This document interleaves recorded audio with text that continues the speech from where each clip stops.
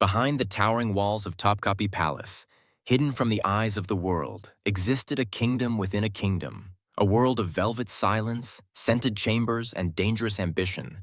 It was called the Imperial Harem. To outsiders, the word harem evoked only fantasies: silk cushions, golden goblets, beautiful women lounging under mosaic ceilings. But the reality was far more sinister, far more powerful, and far more political than most ever imagined. This was not merely a space for the Sultan's pleasure. It was a battleground, a place where women, many taken from foreign lands as slaves, rose to wield unseen influence, manipulate the throne, and even decide the fate of an empire. And at the heart of it all was a single question: who controlled the Sultan? The year was 1550. Sultan Suleiman the Magnificent ruled over the largest empire on earth. From Hungary to Baghdad, Cairo to Mecca, his word was law. But inside the palace walls, another power was rising. Her name was Hurrem, known in the West as Roxolana. She was no ordinary concubine. Captured from Ukraine and gifted to the Sultan, she should have lived a life of quiet obedience. But Hurrem was cunning, intelligent, and unlike any woman the empire had seen, she did the unthinkable. She captivated the Sultan's heart and refused to let go. Where others faded into memory after a few nights, Hurrem remained. She became his favorite, then his legal wife, an act that shattered centuries of Ottoman tradition. For the first time, the Sultan elevated a former slave to queen. The harem, once a place of isolated beauty, was now a political arena. And Hurrem? She was the reigning queen. But power, once gained, never rests easy. The moment Hurrem became more than just a concubine, she became a target. The old queen mother, Hafsa Sultan, viewed her with suspicion. Courtiers whispered that Hurrem was a sorceress. Eunuchs debated whether her influence weakened the Sultan. And within the harem, rival women plotted. None more so than Mahidevran, the Sultan's former favorite, and mother of his eldest son, Mustafa. Mustafa was the heir. He was beloved by the military, admired by the public, and expected to rule after Suleiman. But Hurrem had children of her own, and with every passing year, her ambition grew sharper. She wanted not just her own power, she wanted her sons to rule.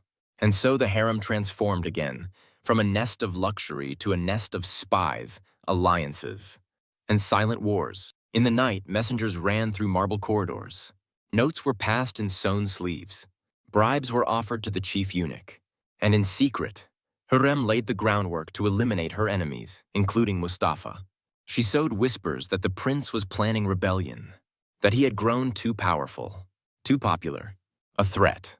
And whether those rumors were true or not, Suleiman began to believe them. In 1553, the empire held its breath. The Sultan summoned Prince Mustafa to his tent on the battlefield during a Persian campaign. Mustafa entered proudly. He was strong, tall, a warrior. He bowed before his father, expecting counsel. Instead, the guards seized him. Strangled with a silk cord, the prince died at his father's feet. The empire was shocked. The army mourned. And Hurrem's son became the new heir. The harem had won.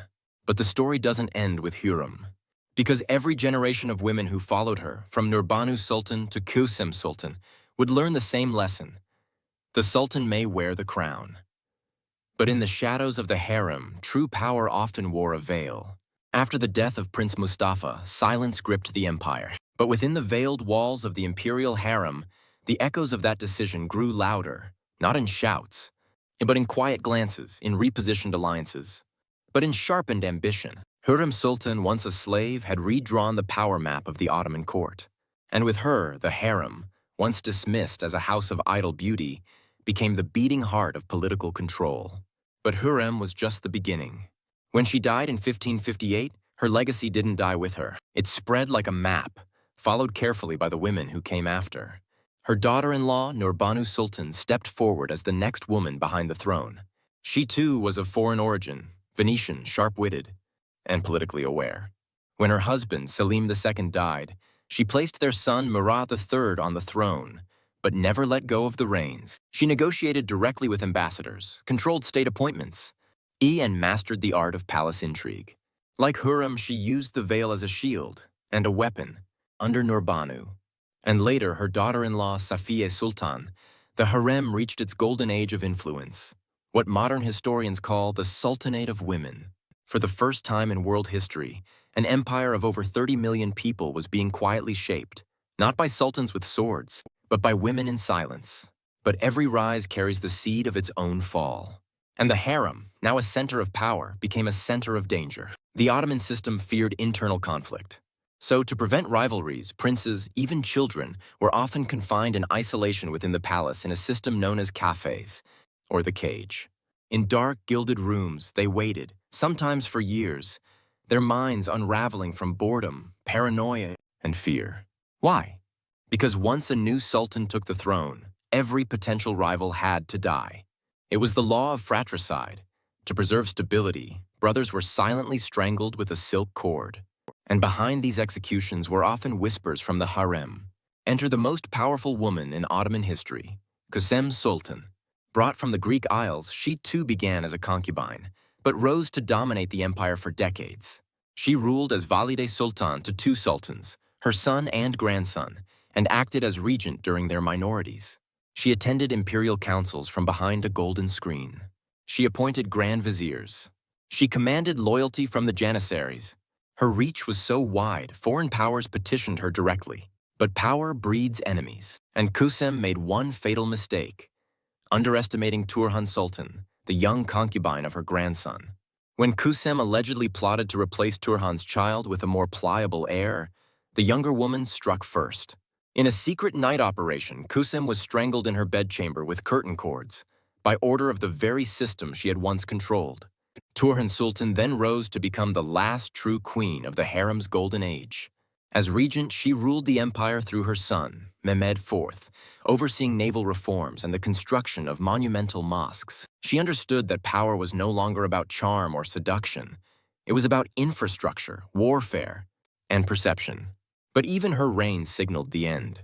As the centuries turned, the empire faced growing threats: internal revolts, corruption, and the rise of European powers. The structure that once empowered harem women began to crumble. The political machine moved outward, toward military commanders, bureaucrats, and ministers. The harem faded into ceremony, its rooms now quiet, its halls stripped of the power once pulsing through them.